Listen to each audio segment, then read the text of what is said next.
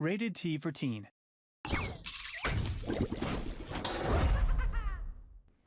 Greetings, champions. Welcome to the Banners Fall update and the start of Ranked Season 7. This update is focused on offering more from our game modes, refining some core systems, as well as card and talent balance. Without further ado, let's kick off Season 7. For Season 7, Ranked will be receiving some focused improvements. Since the introduction of crossplay, we've heard feedback around aim assist and are adjusting bullet magnetism to keep controller headshots in line regardless of platform. We've also adjusted the matchmaking of higher tiers to prevent large tier gaps in most high-skill lobbies, which should also help gold and below climb that ladder easier. Finally, in customs, we've added the updated 4th ban phase to allow teams and community tournaments to practice and compete with the modern rule set. As for rewards, players can look forward to Ultimatum Fernando, your Season 7 ranked skin. This skin is a divine presence in the realm, with the voice of Ares from Smite, and custom effects to make this godly visage worthwhile of those who earn it. Alongside him, there will also be new ranked avatars each split that stylize some of our most nostalgic champions into portraits. Speaking of nods to our past, players have often requested a way to revisit older Battle and Event Pass themes, so we are introducing Flashback Event Passes. This update's Event Pass will be revisiting 2 of the earliest Battle Pass themes, Remix and Battlesuit.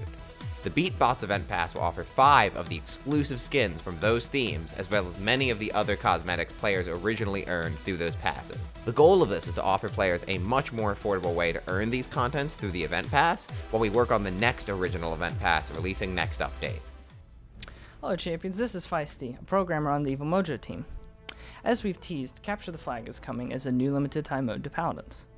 There existed some very old code in the game for Capture the Flag mode, however everything was basically completely overhauled to bring the mode up to the team's current standards. We chose the classic Stone Keep map as it is a fan favorite and it feels natural for the flow of the mode. Shoutouts to Thor for killing it and setting up this map.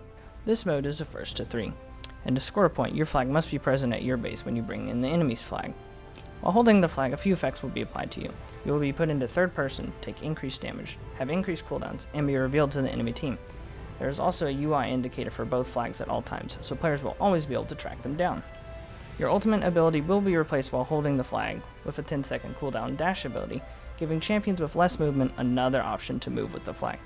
Replacing the ultimate was done so we didn't have to disable champions whose ultimates would break the flow of this mode. While the mode isn't perfect, we felt it would provide a new unique experience for players, and if it's heavily enjoyed, we'd love to revisit it in the future and add improvements. Shoutouts to the whole team for playtesting this mode during development, as well as to all the people who will hop onto PTS later to check it out before it's released into the wild for everyone to enjoy. In addition to CTF, we're adding another classic shooter mode, this time from our own past. Survival returns to the realm on both Snowfall Junction and Primal Court. This round-based elimination mode was featured in our beta, and rejoined as it was all those years ago. Quickly defeat the enemy team before the fog begins to roll in, pushing all champions towards a center point fight. Finally, we've been doing some work on the Onslaught game mode and are excited to add 4 maps to its pool. At launch, Ascension Peak, Bazaar, and Snowfall Junction will be available in the Onslaught queue, with Brightmarsh joining their ranks after some test time as an LTM. These maps will also be added to customs as well to allow players to play these versions whenever they like. Let's take a moment to go over some of the balance coming to Paladins and Banners Fall. Firstly, support keywords. We've gotten a lot of feedback on these, and after lots of experimentation, we've decided to begin their removal. This isn't something we can do across the board immediately, so we're taking the opportunity to tackle Grok and Furia first and see how they land. As we make this shift, Grok's talents and base kit totems are being adjusted, while Furia's Inflame will take longer to charge while she gains some healing compensation across her kit. These changes will bring them closer to their pre-keyword state, while keeping them with more healthy identities. Speaking of identities, Fernando has always been the go-to shield frontline.